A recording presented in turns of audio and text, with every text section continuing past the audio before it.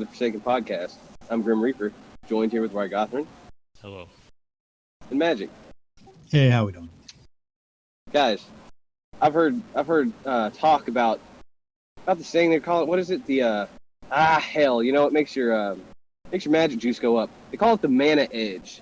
What's the deal with that? Why is everybody so up in arms? I've literally never had an issue with that or knowing that exists, but it seems to be a hot topic. What am I missing out on? Well, it seems like the mana edge seems to carry certain classes more than it does others, or especially like hasted characters as well. Because if you're hasted, you're not supposed to get the same regeneration on all your hit point, mana, and moves, but with something like the mana edge, it goes around that. So if it's a straight 45 or 50 mana a tick, however much it is, it will hit no matter if you have haste or not. Or if you're just standing as, let's say, a monk or a blade master who typically have to meditate to get mana, they just get it however much it is every round. So I don't know. I think that there are some ways to maybe curb that and not make it as much. I mean, the most obvious to me would be to just lower the actual amount that you get per round to, 20, something more manageable but still somewhat useful. Whereas I think that if you put the plus 45, if you want to keep it at plus 45, put it after the beneficial modifiers, but before the negative ones. So this way, all your mana gain and whatnot from trance and meditation is multiplied. Then the 45 is added, and then if you're hasted, it takes half of it, and if you're fighting, it takes a third of it, so on and so forth. The other thing is just to make it a flat percentage, like plus 20 mana gain. Yeah, I can see that. Are there any actual confirmed reports of mana edge being an issue, or is it just speculation? Because I've heard a lot of talk, but I haven't seen a lot of facts. You know what I mean? I haven't seen a lot of evidence. I think a lot of it's probably, theory, and that doesn't make it, untrue. I think it is definitely true. It's just obvious to see how it would affect certain things, and probably why it needs to be changed. I mean, I don't think we need any kind of playtesting to know that a Blade Master who's not designed to get much mana while they're not meditating is suddenly getting mana while they're standing. That's not how they were designed. So it's definitely, I think, while I don't know how big of an issue that would be. Well, let's go ahead and put it this way. For Blade Master, if they're in stance, each round of combat they're using like 2 mana per round. If you've got 10 rounds per tick, that's 20 mana used, and then they gain 45 at the tick while fighting. That's a little broken. Yeah, so I guess that penalty of being in stance doesn't really apply at that point. So yeah, you're basically altering the way that the class was built with the mana edge in that particular case. Or if you have any kind of mage that's hasted, they're still going to get mana during the round. So it's not haste at that point has no negative effect to them. Yeah, the example I've used in the past is if you get 60 mana a tick if you're standing while as a normal class, then while fighting you would only get 20, and while hasted you'd get 10. While hasted while fighting you'd only get 10. With the mana edge, that means you'd be getting 55, effectively negating the fact that you're fighting while hasted. Yeah. So yeah, I think that something should be done with it, whether that be just a straight number or like Magic suggested, kind of after the whole After boons before banes. Yes. I think it should be at least looked at and changed in some way. Just my personal opinion on it. How much does it cost? How much does a mana edge cost? It's not all that much, actually. Yeah, I'm trying to find it. Let's see. It is Strong Mind. It's only 75 CP. Oh wow! Only 75? Yeah. Wow, that is ridiculous. Yeah. Okay. Hey, I wouldn't be against boosting the cost of the edges completely, like across the board, by like 100. You know, keep it out of reach. So you really, really got to think about it. And you really got to want it. Yeah. 75 is cheap. 75, like 75, I feel like is cheap. I feel like that's really cheap, especially for that specific edge. Whereas I think something along the lines of maybe a stacking cost would do it. So, granted, there are something like 5 edges that have 75 cost. If you have a stacking edge, first one's 75 base cost, next one's maybe 85, then 95, and then 105 for each consecutive edge that you're going to buy. So you've got that stacking cost on top of it. So the more edges you have, the harder it will be to get bigger and better edges. Yeah, it's like a tractor pull at that point. You buy an edge and then it starts getting more and more. Rygo like that tractor pull reference. Yeah, you could do that. I mean, personally, if I were to do it, I'd probably make it like 25. Each one is 25 additional if you have one before. But I mean, I guess that depends on your school of thought, whether you feel like the longer your character should be around, the stronger that they should be, within reason, obviously. Or if it should cost them more to get those strengths. I mean, personally, I'd be fine with either. I just don't care. Mainly because I'm not the type of person that goes out and buys all the edges. I don't feel that I need to. But then again, I'm more of a RP centric type of character anyway. Yeah, I'm in the same boat. I've never bought an edge. Even though I did have the roleplay several times to buy edges, I just didn't buy them because whatever reason, I'm not huge into PK. I like it every once in a while, but it's not something that I want to do all the time. I'd much rather be role playing. So to me, it's just not something I want to spend my points on. I don't mean that it doesn't mean I won't ever, but yeah, definitely. I mean, for example, one of the first things I bought on a character recently with RP was a pet. And I applied for an artifact long before I don't think I've gotten any edge yet, but long before I got the RP neck, for example. Yeah, on my last long length character, I had 900 roleplay points or so, and I bought a pet, which I think cost me 60. I bought a few restrung items that I gave to other players as kind of roleplay, and then eventually whenever I became Lich, just because I felt like I needed it and I wanted to try to get more involved in PK, I actually bought the necklace. But otherwise, that's literally the only roleplay I spent until the very end of my character, whenever I spent roleplay for 2 rooms. I still had a ton of roleplay left. That's fair enough. I don't know. I guess I could have bought edges and it may have helped, but I don't think that it would have helped that much. But I'm just theory crafting at that point because I don't really know what they all do. But what you're saying is you didn't have problems getting PKs initially without edges. No, I didn't have any problems getting PKs without edges. Why is there this myth that since edges exist, like you have to have them to PK? Is that just diving too deep into the meta theory of everything? Like, oh, they exist, so you have to have it to be competitive. Like I've personally never bought one either. I think so. I think that's kind of the whole min-max mentality to where you don't feel competitive unless you're on top. And to be on top, you need a little bit of everything. You need the hit dam. You need the saves. You need these edges, that type of deal. It's fear-based thinking. No doubt, edges help.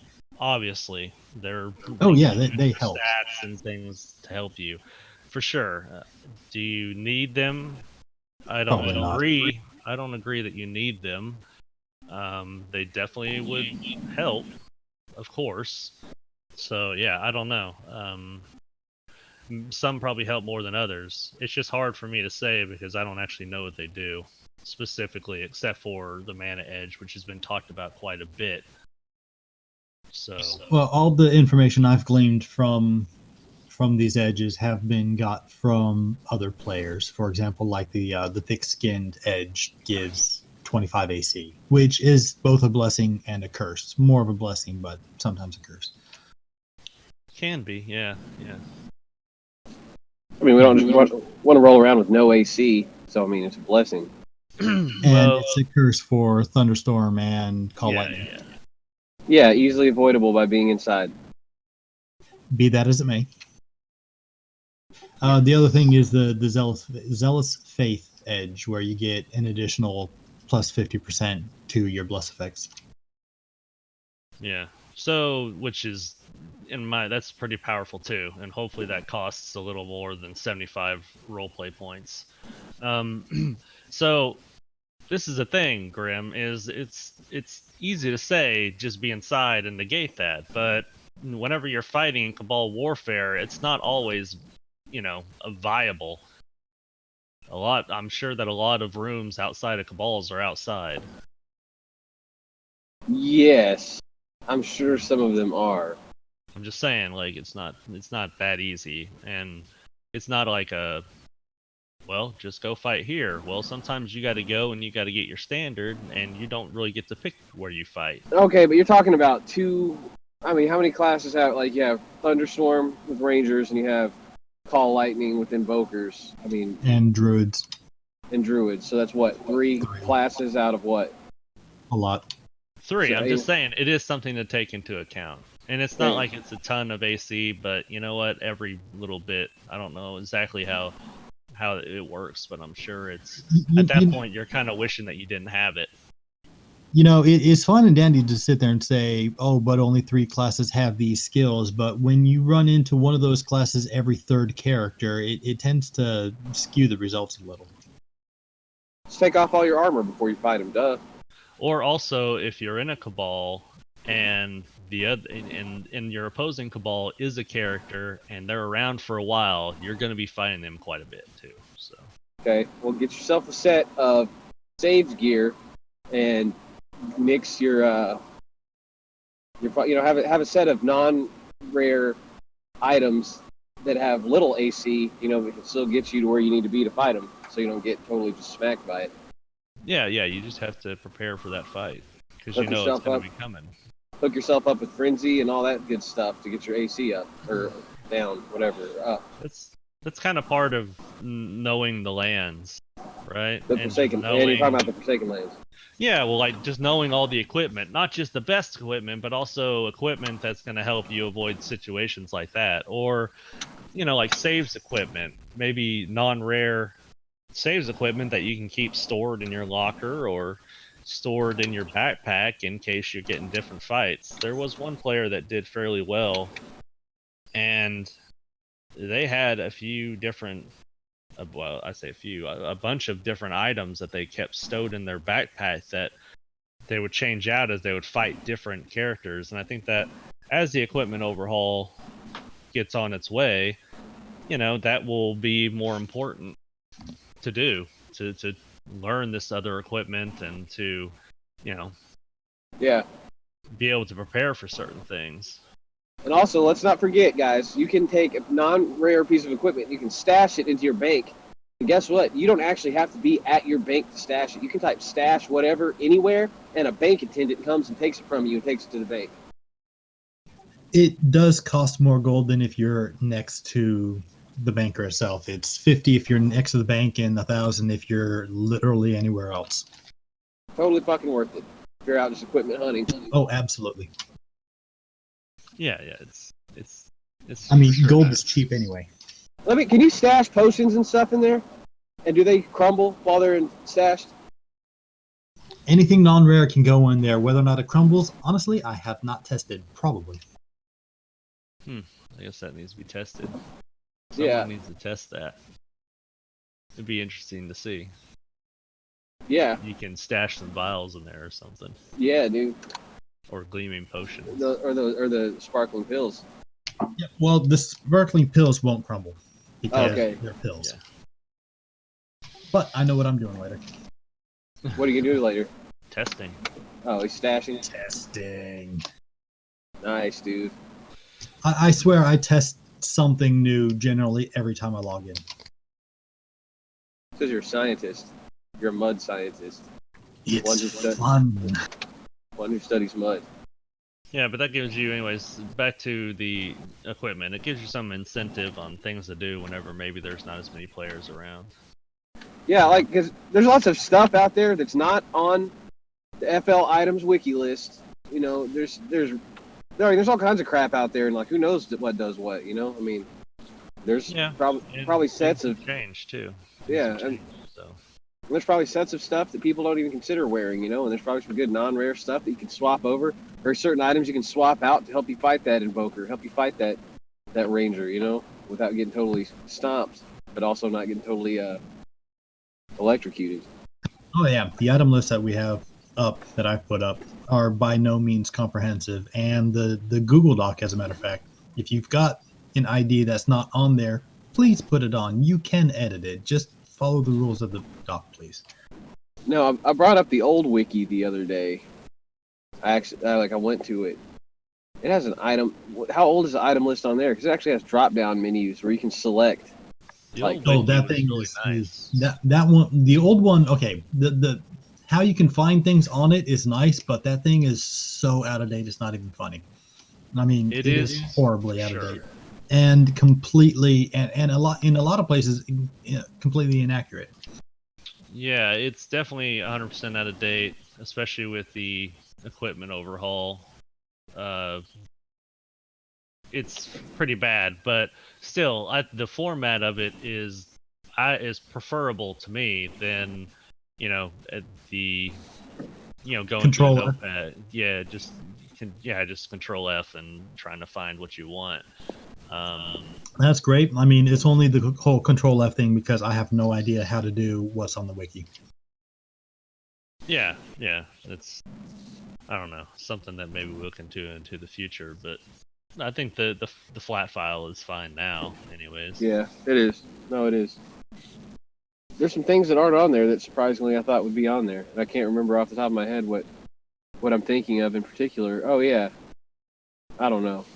For some reason, I can't find the Staff of Nature Spirits on there, even though I know it's probably on there. I think it's on the paste bin. It should not be on the Google Doc. I mean, I can't find it on the paste bin. I mean, unless I'm dumb and I just can't find it. Staff of Nature's. I mean, okay, that's probably where you're going wrong with. These are IDs. You don't have words like "of" in there. Well, I type in nature. You just type in like one word that you know. Staff, nature, spirits. That's what that's the object name. Staff, nature, spirits. I've got it. It came out. Yeah, well, yeah, definitely. I average 2768. Can be socketed. Unique item. Can be used. Level 50. Yeah, it's on here. And that's a two-handed staff. It's a good two-handed staff. Nice. Good two-handed neutral staff. That's good. Which, in fact, can be power gripped by a minotaur while dual wielding a two-handed axe. I don't know specifically why you would do that. I mean, you wouldn't want to, but you can. You can, but if you want to get, put a socket in it and use the thing that it does, and then have a two-handed axe. I don't know. I mean, you don't pugil with it when that happens. Just for the record, it just sounds silly. To be able to double grip something and also dual wield sounds silly, in my opinion. We've already talked about this, but yeah, well, there's a bunch of little nuances that are kind of silly. Is that a nuance? I don't know. Call it what you want. It's still kind of silly. It is silly. It makes me imagine them having a third hand all of a sudden, like they're double gripping the staff, and then it's like they got to dual wield an axe so bad that another arm sprouts out of their side, and they're like, oh, and they fucking wield an axe with it, and they bring that axe down with crushing fury. Have you ever wanted to wield something so bad that you grew another arm just to wield it? No, haven't done that. But can't say I have. I think that to me, it makes me visualize a minotaur with like 10 fingers.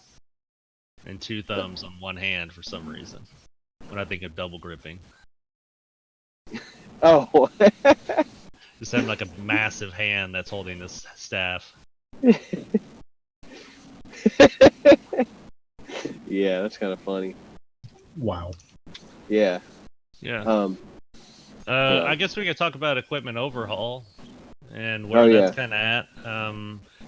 That right now is pretty well kind of, as far as I know, stopped in its tracks because of the, we had the issues of building on live, and it was causing some issues. And so right now they're working on porting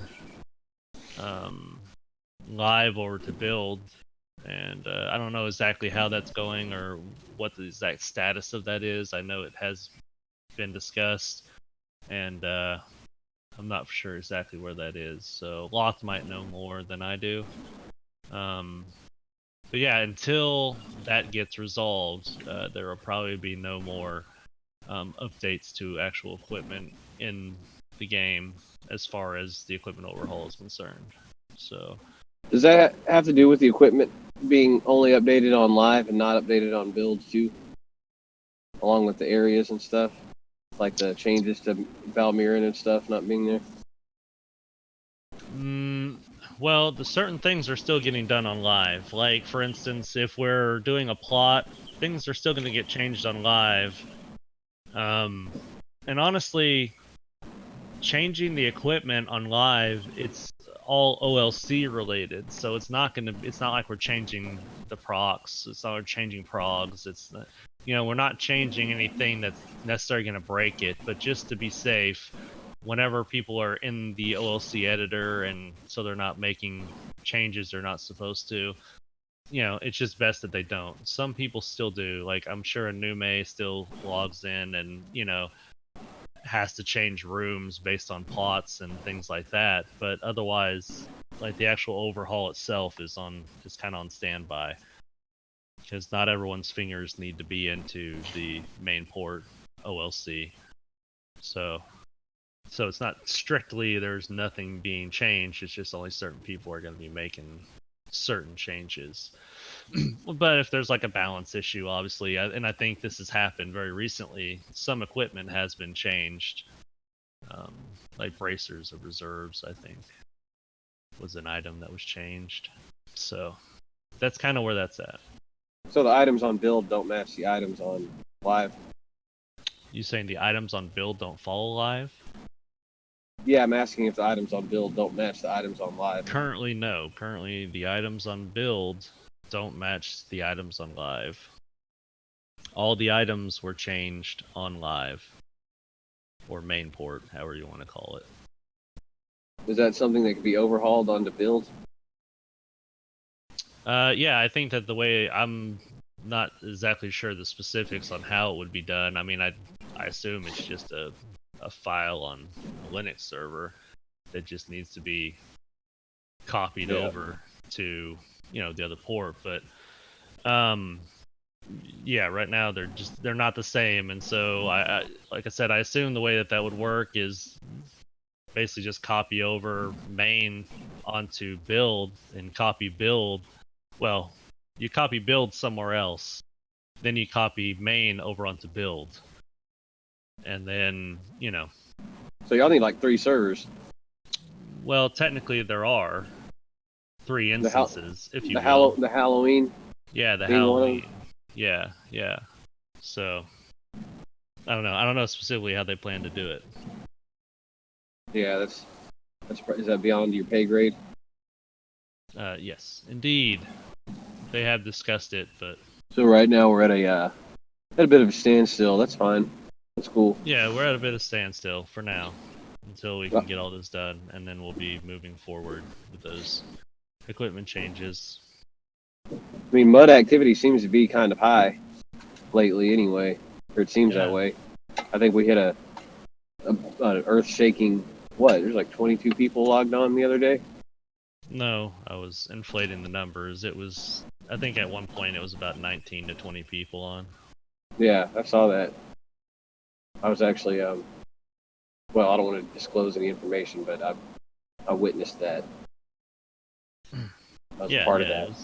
it was I definitely found I nice was a to part of have a that. bunch of It was people on. nice. It was nice. Everybody getting along, you know, and it's like the level of paranoia, you know, like you'll send a message to somebody like, hey, you know, trying to say, hey, you want to hunt, without sounding, you know, too just like basic about it. And then they freak out and log off because they think they're about to get PK'd. But it's like, no, I'm just trying to hunt with you. You would think that there would be more paranoia with 20 people on, because then instead of just 2 people, you're having to avoid 20 people if you're that paranoid. Yeah, you have no idea who's who or what's what or who wants to do what with who and why, you know, or what's going on. There's a lot of questions to be answered when there's you know, 20 people on. I can definitely see, and you know, I was around then, so I remember how fun it was to have a ton of people around, but also how chaotic it gets. Yeah, it gets super chaotic whenever you have a ton of people on. I will say, like, I can't imagine if we started consistently getting 20 players on at a time, and then, or consistently 30 players on at a time, as far as like the administrative tasks that we have now that they didn't have before. Like, you know, we had notes before. I don't recall when journals came about, but I can tell you, like, as a staff, you know, having to reward or award, if you will. It's been about 5 or so years, maybe a little longer. Okay, yeah. So I'm sure the player base has not been, you know, that many people since journals, but I, you know, just awarding all that stuff and keeping track of notes, journals, and forum logs, even now with the as little amount of players as we have, can be difficult. And I can't imagine like the ginormous task it would be if we had consistent 20 to 30 players on. It would be some work. That would be some work. It'd be all worth it though. Apparently, according to the message of the day, it was Valentine's Day 2015. Oh, really? So we're coming upon the anniversary of it. Oh yeah, 5-year tomorrow. Wow, that's incredibly what? Good timing? That's what? Hey, you know what? Hey, happy birthday. What do we call it? Happy birthday, RP. Happy birthday, RP. Is it RP or is it journals? No, that's just journals. Okay. Although the system was added a month later, the RP system. Journals was kind of the precursor to this. I think that's when the RP counter started appearing in your score sheet, and everybody was like, "Whoa, what's this?" Nice. And then the actual system was implemented like a month or so later. Okay. Happy birthday, journals. Yay. Yeah, that's pretty nice. I had no idea. Some people How old is it? Cursing that day. Yeah, I'm not. I mean, I liked it because now, like I said before, well. that's because I like to write, and it gives me an opportunity to really like share intimate details about my character and who they are and what they're about, you know, and experiences they've had, like to share that with the staff, because that was always something I found kind of hard to do before it existed. You know, like you can RP with people, and maybe you got spotted, maybe you know it was seen, but now you can really like put in good writing and really flesh a character out. It's just, I think it's incredible. Yeah, you know, I agree. I think you can really flesh your character out. At least that's how I use the system. Also for other things, you know, plot advancement and things like that.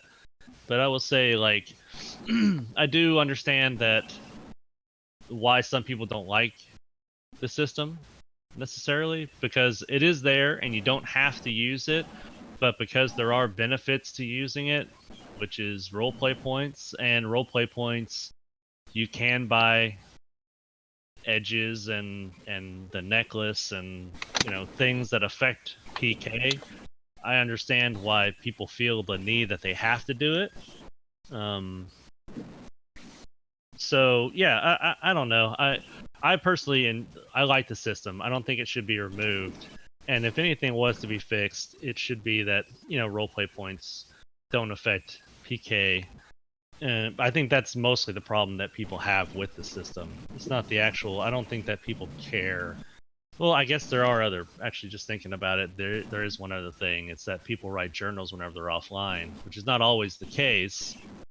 But sometimes, you have no choice. I mean, if you're like in a cabal and you're every time you have like an opposing player who's on a lot, every time you log in, it's fight, fight, fight, and there's nothing else you can do. Well, Yeah, you can't. You're kind of stuck to writing journals offline or just fighting all the time.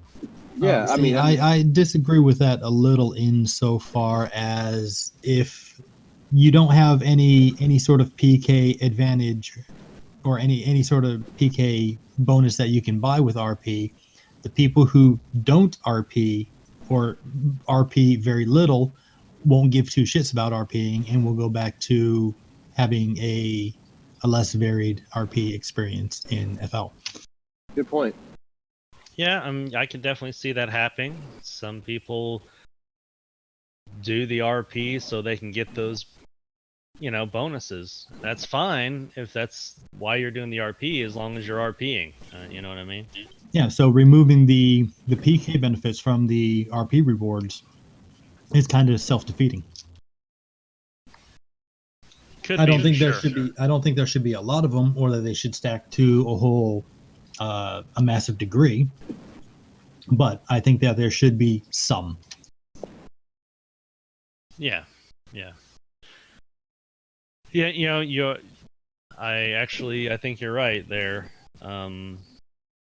Especially I've seen some people, they'll roleplay quite a bit, and then whenever they get what they want, that roleplay kind of dies out. So I've seen it firsthand. So yeah, I would agree with you that would happen. Not in every case, but I'm sure it would happen often. Now, I'm not saying that that particular mentality is a good thing, but I also don't think that it's an entirely bad thing, because the time when they were RPing, they were enriching everybody else around them, assuming that they were talking to other people and not just note writing. Yeah, hopefully they're talking to other people. I mean, that's the point of it. The point of the journals was just to kind of, get a better idea of who your character is and how he is. That way your interactions, seem more authentic. I mean, it's just like writing a backstory in Dungeons and Dragons so that your dungeon master can put stuff in there for you, Like, you're only helping yourself by writing that. Like, it's beneficial to you to have that backstory and to have that, all that other good stuff. Yeah, same thing with history. You've also got now a way to keep your RP, your character, consistent across time, rather than going, oh, I'm just going to do this today, and who gives a shit because nobody saw me before.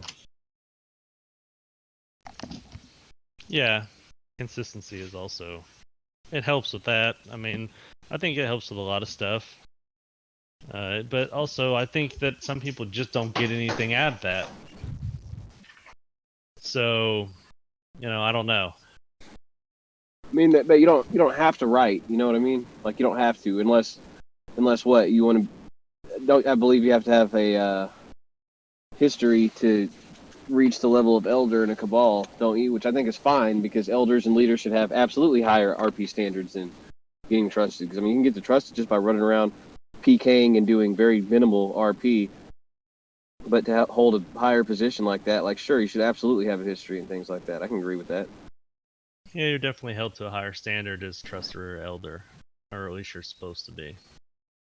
Because I mean, without checking RP, down there, I mean, it could very easily just turn into a loose, like, PK mud. Because I mean, how far does RP have to go? I can make some kind of fantasy name, and that's it. The rest I can just mud and just not talk about real life. And technically, I'm RPing, and it's like the big positions in cabals should have a much higher standard than just that. Well, some people get PK out of the game. They don't get roleplay, and so they're, if you want to call it doing the bare minimum to get by, then that's probably what they're doing. They're not talking OOC, but they're not necessarily going and getting into their character either and kind of, role playing their character. They're just logging in and they're playing their character and they're not going OOC, but maybe they get PK out of the game. And so they do that bare minimum, if you will. I don't like using that term necessarily, but that's what they'll do. And so, I mean, I think it's fine that we have players that want to do that because they get something out of the PK system. Not everyone is going to want to go like in depth into their character and to the role play, or or maybe they don't want to do it on every character. Maybe they don't want to put that much investment in every single character that they play. Yeah. So, I guess it just depends on what you get out of the game. Which one can elevate you higher? Great PK with minimal RP, or great RP with minimal PK? I think that we go ahead. I was going to say it kind of depends what your end goal is. Yeah, I mean, I think we've seen both. I think we've seen great PK with minimal RP rewarded, and I think we've seen great roleplay with minimal PK reward. I mean, it just depends. What do you think? What's the best PK record you've ever seen? The best PK record I've ever seen. Well, I haven't been around that long. I mean, I think I started becoming immortal, what was it, 2016-ish, 2017? I don't know. But from just my limited years here, and actually knowing what people's real PK records are, actually there's a character right now that's probably got the best PK record I've ever seen. Really? After that would be Coach Rag. Nice. Very nice. Now, there's some nuance to that.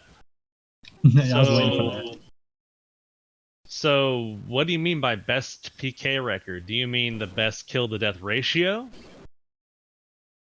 Or because that doesn't necessarily mean the best PK record. I mean, because for instance, if I'm killing War Masters and there's a inductee that every time I log in they come after me and I kill them, well, it's going to rack up PKs really quick against a character who's weak, obviously. So, so does that necessarily mean they have the best PK record if they have a bunch of weak, inductees on it? I don't know. This is getting into like NFL type stats, how they measure quarterbacks and things like that. Yeah, I mean, just from a pure kill death ratio, I mean, like in the past, it's Coach Rag. I guess a good way to measure it would be maybe like take kills minus deaths and whatever that number is. I guess positive, like over. Yeah, that's basically a kill death ratio, to where if you have 100 kills and 2 deaths, that's 50 to 1. So every time you died, you've killed 50 other people. Yeah, it's definitely. But if those 50 were War Master inductees and fresh 50s and that type of deal, while you've been established for the last 4,000 hours, then that doesn't really count, does it? Oh, but it does count. I mean, it's there on the list, but yeah, you definitely don't want to take those into as heavily consideration as you would everything else, But I mean, people aren't really rewarded off of that. In fact, that kind of behavior is more frowned upon than it is rewarded. So, look at it how you will. Beating the crap out of, fresh face level 50s. I mean, what looks better? A 20 to 1 kill death ratio or a 100 to 1 kill death ratio, when the 100 to 1 is all War Master inductees and the 20 to 1 is uncaballed against leaders and whatnot? I mean, uncaballed against leaders and whatnot, but I mean, when's the As last the time? one killing is uncaballed versus knight leaders, nexus leaders, savant leaders, war master leaders. Which one looks What- better? Well, I mean, when's the last time an uncaballed character killed a leader? That's not the point. That's not the point. So it's, I mean, in this hypothetical situation, it just, I mean, I don't know. It just depends on who you are and how you see that. That'd be Some cool people if might there look was at that like 101 as being, because just because you have 101 doesn't mean it's all going to be War Master inductees. Perhaps a large portion of that might be, but I mean, they're probably still going to land some good kills if they're good enough to get 101. yeah. Well, yeah, probably, but the whole point still stands is there is a varying degree between what is good. You might not have a big PK kill death ratio, but it would be full of heavy people, whereas the opposite could be true with the other. Okay, what about this? And this is not anything I actually would, I'm saying should be implemented in the game. But if there were a point system for PK, so if you kill somebody that's uncaballed, it's like 1 point or like half a point, and if you kill somebody that's an inductee, maybe that's 1 point. If you kill a leader, it's like 5 points, and maybe those points vary based on where you are. Like if you're a leader and you kill somebody that's uncaballed or inductee, you get 0 points. What would these?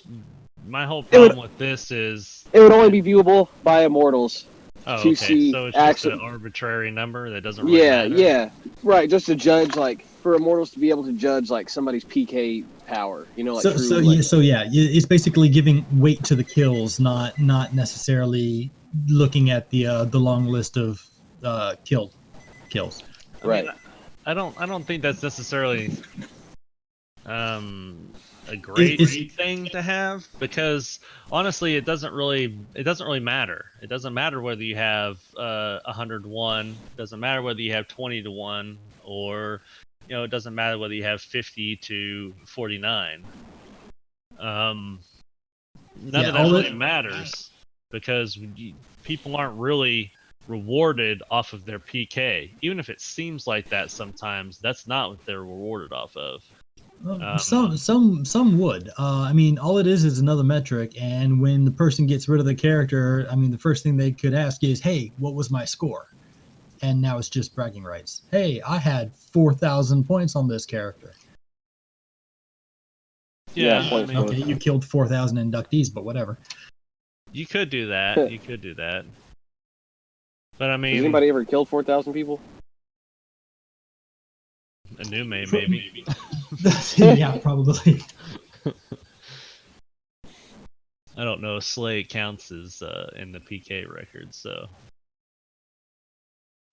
It might. Yeah. But yeah, so. Yeah, PK is definitely not as rewarded as heavily as roleplay. Because here's the thing, in my opinion, is that anyone can roleplay, and it may not be good, but you can still roleplay, and you can still get roleplay points. But and you can get pretty far with it. But not everyone can PK, because it takes a long time to actually learn the nuances of actually how to PK, and even some people who have all the knowledge in the world are still not that great at PK. I don't know why that is. I think it's just like maybe a timing thing. Maybe they don't get the timing thing, or I don't know what it is. But that's why I don't think you should reward for PK, because not everyone gets it. Yeah. Okay, I can see that. That's why I don't PK anyone can get roleplay. Anyone can get roleplay, I think.